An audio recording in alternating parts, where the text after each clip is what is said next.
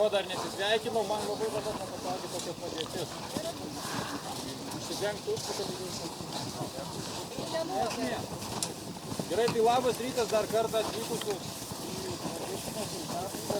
Karerijos varžybas. Kiekvienais metais daugėja.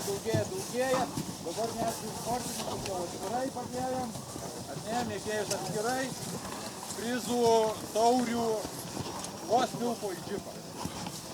Jeigu taip abstrakčiai pasakyti. Tai va, tai manau, varžybos vyks tikrai saugiai, prizų bus daug. Nekreipkite dėmesio į dronus, ar ne?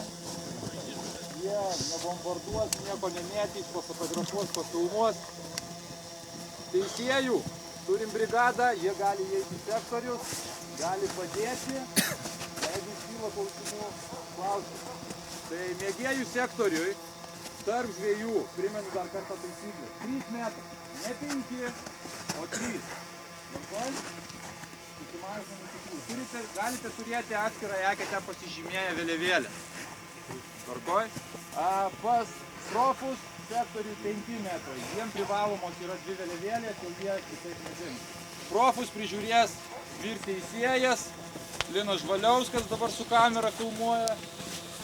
Ir jisai nuves prie jų sektorių.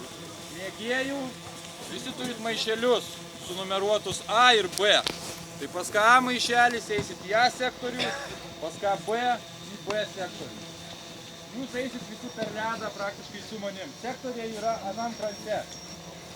Jeigu dabar visi pasižiūrėsit į ežerą, kairiai pusėje matosi Nendrių sala.